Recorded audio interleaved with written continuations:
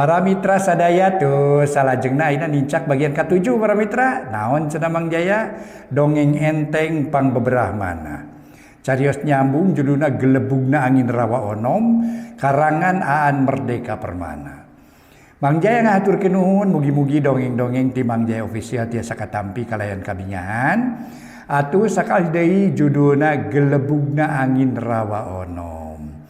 Para mitra sadaya nu sami-sami ngabandungan dongeng, hatur nuhun nu parantos subscribe sareng locengna, nu parantos like-na, nu parantos komentar hatur nuhun. Kasadayana wargi-wargi Mang Jaya di mana wae ngadangukeun atanapi ngabandungan ieu dongeng di Mang Jaya official. Ayeuna ti karaosnya para mitra nincak bagian ke-7 eta kitu. Aduh betahnya hirup di dunia ya. Aduh mugi-mugi ka betah urang sareng ridho Allah. Amin ya rabbal alamin. Mangga para mitra Gelebugna Angin Rawa Onom karangan Aan Merdeka Permana ayeuna nincak bagian ke-7. Wilujeng ngadangukeun.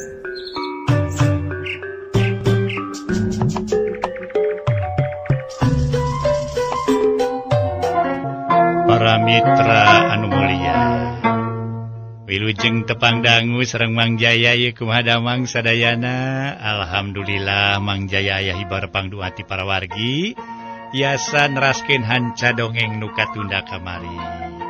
Atuh para mitra sadaya dongeng nuju dihanca ku Mang Jaya karangan saderek Aan Merdeka Permana. Judulna Gelebugna Angin Rawa Onom. Ayeuna teh para mitra sadaya nincak bagian ke-7.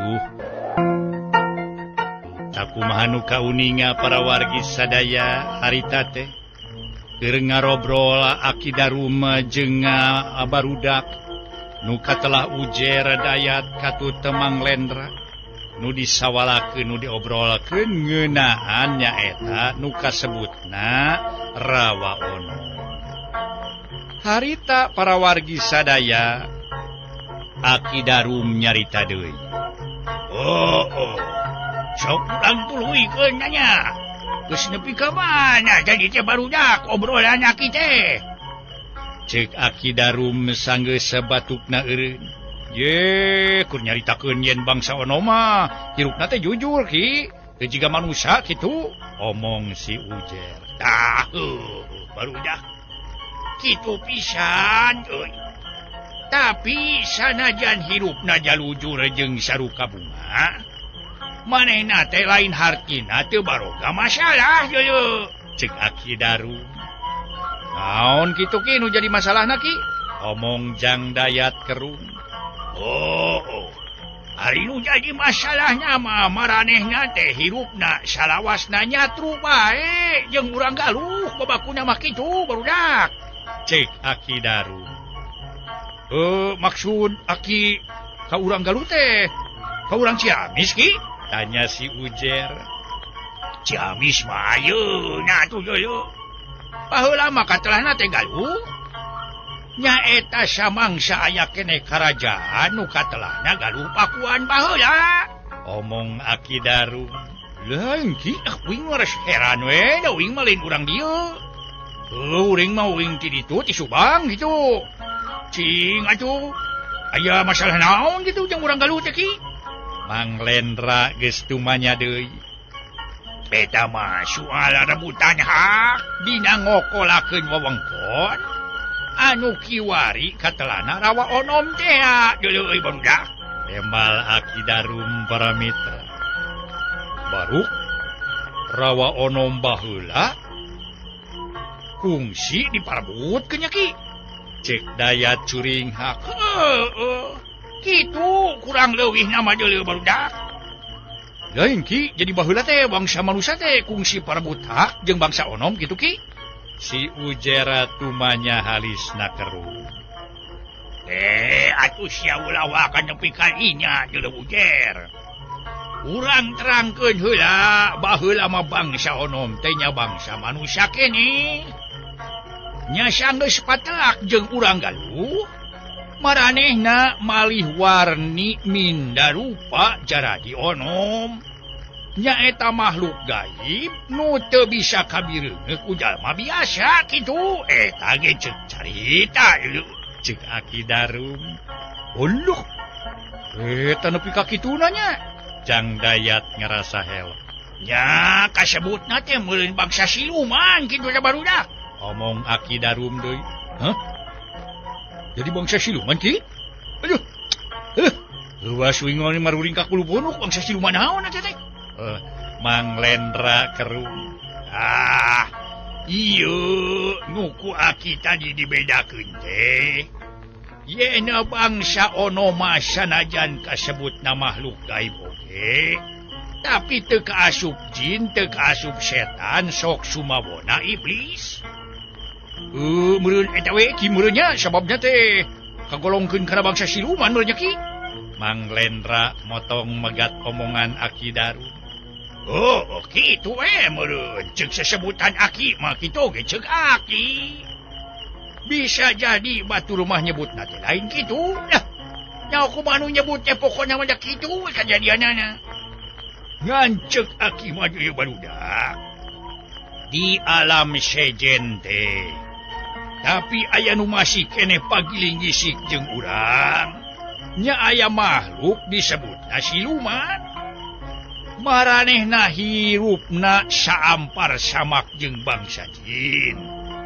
Jeung bangsa setan.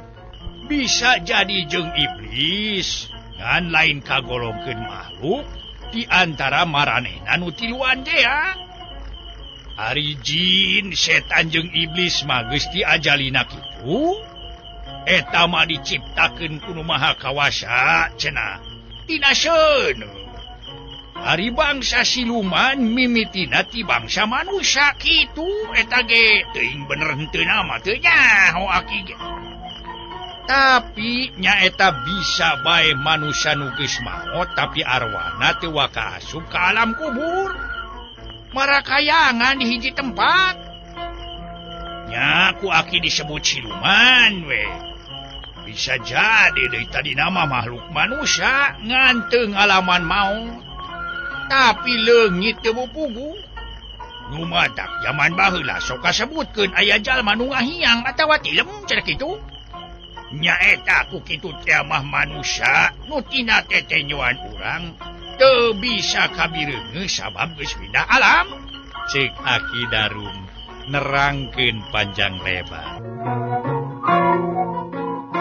Sumangga urang teraskeun deui para mitra hanca dongeng nu judulna nyaeta Gelebugna Angin Rawaon.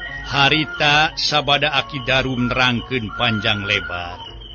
Yen sabenerna cenah para mitra anu kasebut eta onom teh hiji siluman cenah para wargi ai siluman teh asalna tina manusia anu ceuk cenah kapercayaan baheula mun manusia maot teh aya nu can langsung menuju ka tempat akhir tapi manehna masih keneh marakayangan. Kitu ceuk kapercayaan baheula. Nya eta nu disebut siluman teh para wargi sadaya. Harita Mang Lendra bari kumbecrek teh gogodeg. Bisa kitu nya geuning. Sadarane teuing nya atunya. Manusia bisa kitu? Ceuk Lendra. Oh. Aki ge teu yakin bener na da can ngabuktikeun inyana. Ngan bae di kalangan urang Sunda maapan aya kecap ngahiang. Geus hampir jadi kepercayaan kasebut ngahiang teh. Contona baheula ye, contona baheula jauh ka baheula. Kangjeng Prabu Siliwangi ngahiang atawa tilem. Sababnya munikeun diri ti musuh-musuhna nu haben ngudag-ngudag bae tak kitu. Ceuk sakao. Kangjeng Prabu Siliwangi tengah hiang terus salin jinis jadi maung lodaya. Kulantaran aya kapercayaan sarupa kitu, atuh urang Sunda maapan. Ye, kamaung teh sebutna ge karuhun. Urang leuweung sancang nepi ka kiwari ka Cidaajri hina kamaung lodaya nu aya di jero eta leuweung teh. Da cenah eta teh wadia balana Kangjeng Prabu Siliwangi. Nu pada nuturkeun jara di maung kajajaden. Bangsa onom kitu kurang leuwih nama. Alatan mumusuhan jeung urang Galuh Pakuan. Yang iles we tina kahirupan nyata kitu babakuna mah. Milih hirup di alam sejen jadi onom kitu barudak. Eta ge ceuk carita. Ceuk carita kitu. Soal bener henteu nama. Teu nyaho teuing aki ge. Menang beja ti para kokolot keneh tadi dulu. Cek Aki Darum. Nu araya cruk-crek bakat ku ngarasa helo. Geugeuh Aki tu kejadian teh nya kinya. Heran uing ieu. Nyaan heranna teh kitu teh we pang-pang nama. Eta apan ayu urang ngamaot teh pan putus meureun. Amal-amalan teh tamiah jadi kitu nya Ki. Oh eta mah kapercayaan urang Sunda baheula kitu. Ayeuna rek percaya teh mas kumaha maneh barina oge ye. Ngan jelas eta mah carita kolot baheula kitu kajadianana.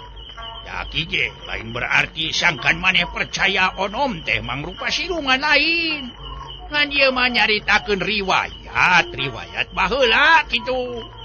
Amun urang teu percaya mah teu naon. Da memang can pernah kajadian jalma ningali onom kitu. Cek Aki Darum para mitra. Harita para wargi anu mulia Mang Lendra nyarita deui. Ayuh, nya rame ki. Uing mah kataji we ku carita Aki kitu teh. Ayuh. Nya mun uing bisa ngadongeng kitu.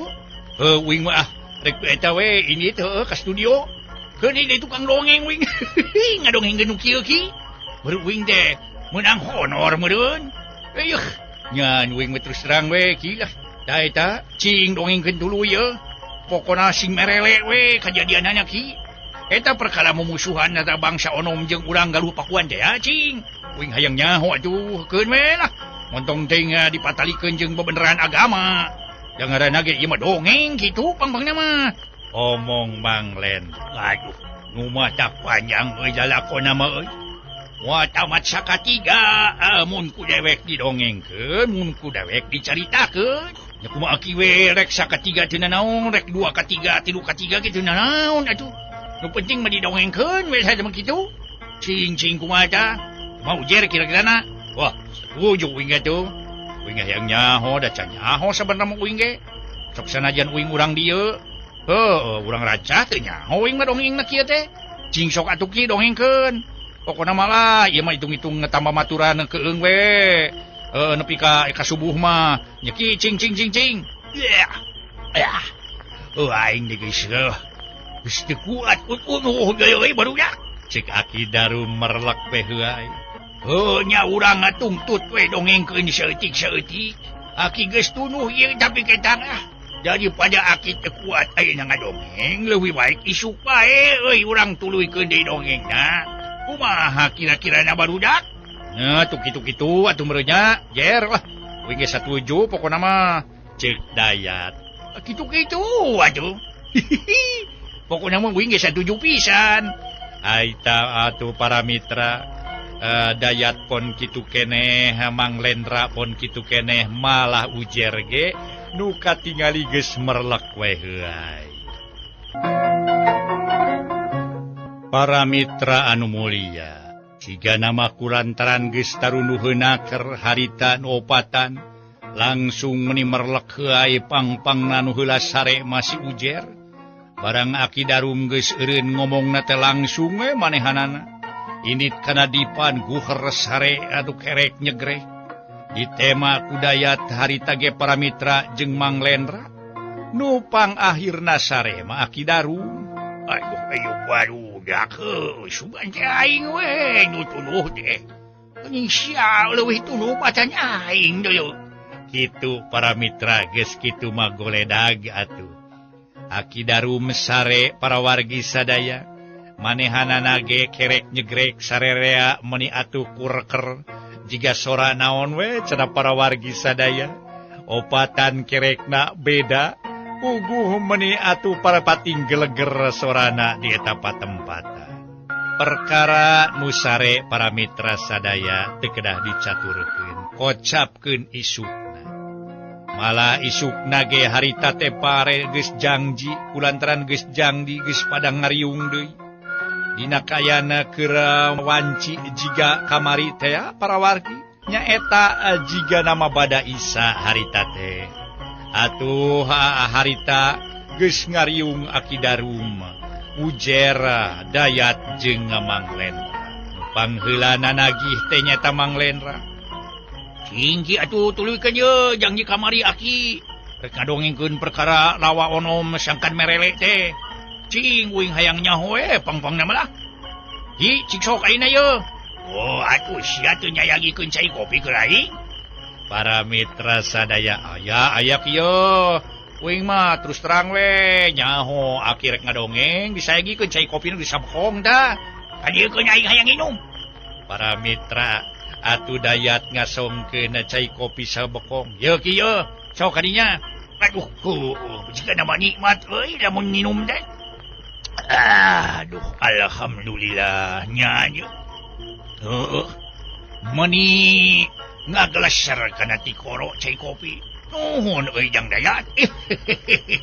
Aki teh bunga atuh. Heuh, lamun disayagikeun cai kopi kieu mah jigana Aki teh bakal ieu tuntas ngadongeng teh. Sok lah kadinya ki uing mereka dengekeun we di dieu. Para mitra anu mulya. Ngan meureun Aki teh jiga kudu mantun meureunnya. Mantun ki? Nya jiga mantun ieu teh mah. Pokona mah jiga carita pantun. Aki Darum nerangkeun, "Ih, pan Aki teh ahli lain kana mantun teh. Cing sok kadinya." Wareto deui barudak aing ahli kana mantun. Ayeuna mah geus sakieu tawehohna aing teh. Haleuang oge geus teu gahar teu kawas 10 tahun atau 20 tahun anu kalaru, euy. Cek Aki Darum. Nya tuh dodongeng biasa we lah, teu kudu digalindengkeun. Bari dipiring ku kacapi jika tukang pantun, ayeuna mah da kacapina ge eueuh. Omong Jang Dayat. Burukeun dongeng atuh kila, dongeng we dongeng nya mah dongeng lah. Atawa sasakala onom teh ya pangpangna mah. Sing cek si Ujer teu sabar. Tuh kudu ngaraja heula euy hitung-hitung amitan mentawi di deui. Ganu kamari mah geus camal meureun euy. Cek Aki Darum. Sok atuh amitan heula bisi aya angin ngagelbug jiga tadi ki. Cek si Ujer jiga kamari maksud teh. Oh, nu mata.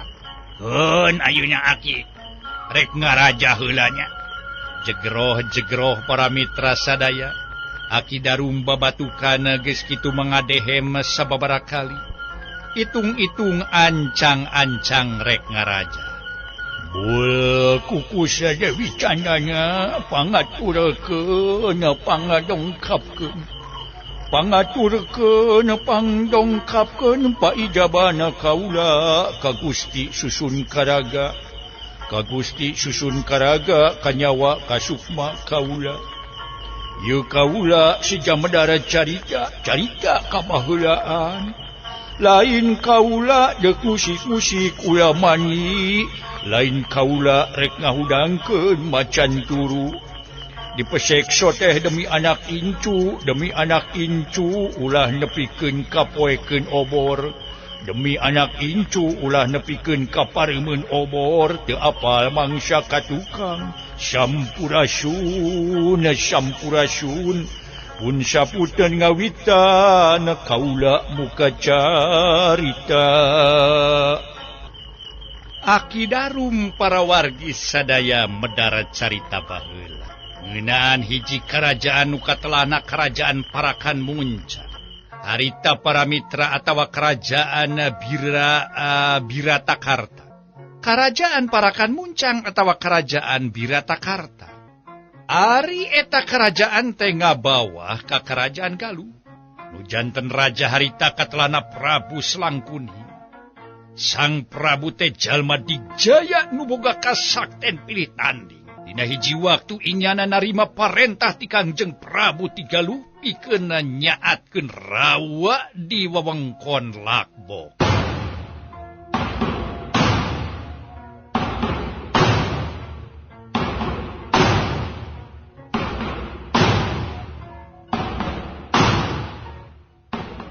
Para mitra kaum dangu nu sami-sami ngadangukeun ieu dongeng. Harita Prabu Galuh cumarita.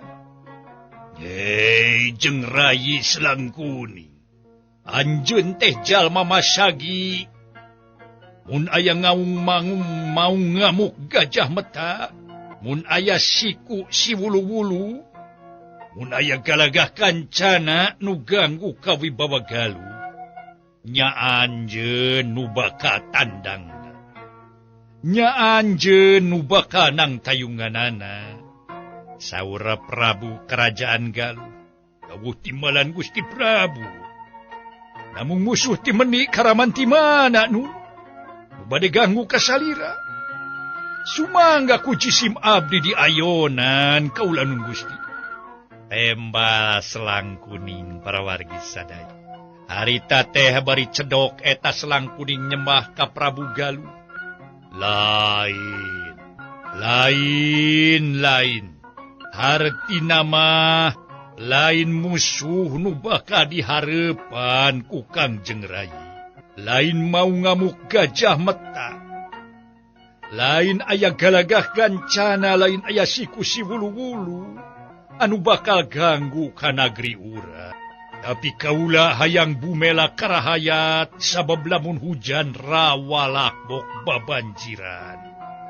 Lamun halodo napu kureungit. Usahakeun ku andika Kangjeng Rayi. Sangkan rawa lakbok jadi saat turjieun pasawahan nu bakal bisa nyenangkeun karahayat sak.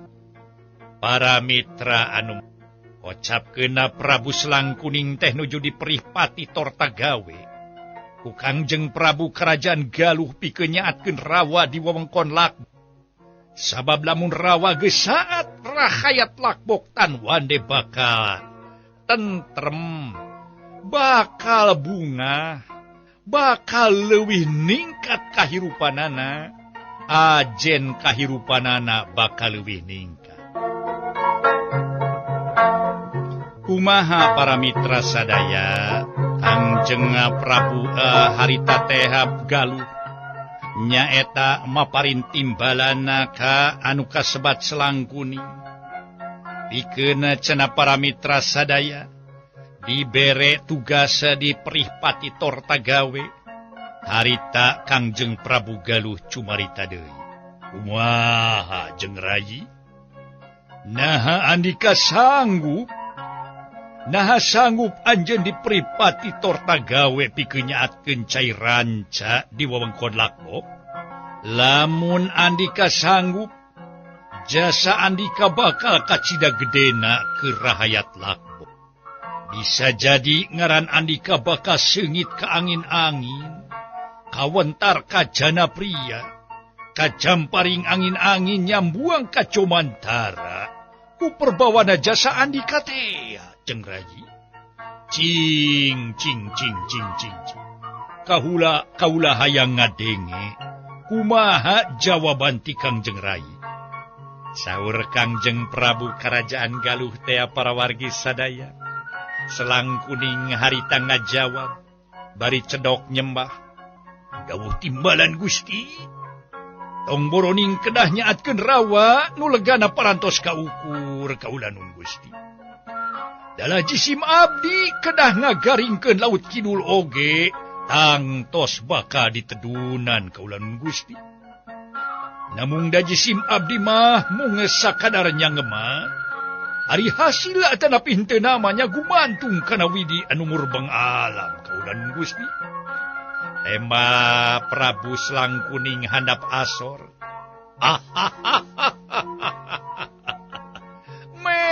Memang kitu pisan jeung Rayi.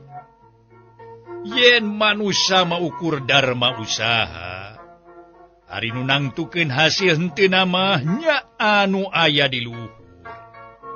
Ngan papadaning kitu ari kaula maka cida percayana kana kamampu andika teh Rayi. Sok geura jalankeun Rayi. Geura laksanakeun tugas ti kaula. Eueuh deui nyaeta nyaatkeun rawa sangkan eta rawa aya mangpaatna pikeun rahaya Tatar Galuh. Saur Kangjeng Prabu Galuh, dawuh timbalan Gusti Prabu. Selang kuninga para mitra sadaya, harita teh abarin cedok nyembah. Kangjeng Prabu harita ngadawuh deui, ngan mangka hade. Mangka hade, mangka sing ati-ati, sing taliti. Sabab kaula nampa beja yen wewengkon lakbok teh dijaga kumang ratus-ratus duruwiksa.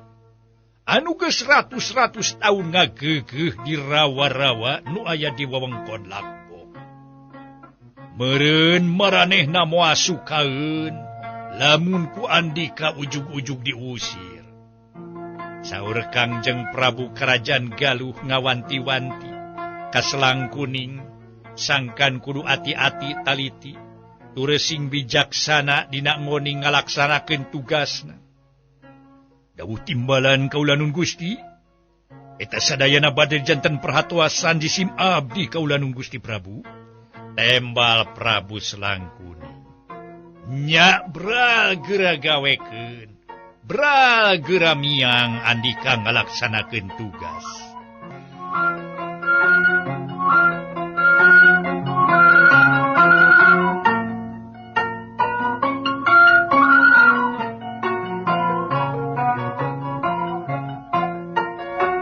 Para mitra anu mulia, singkatna carita para wargi sadaya.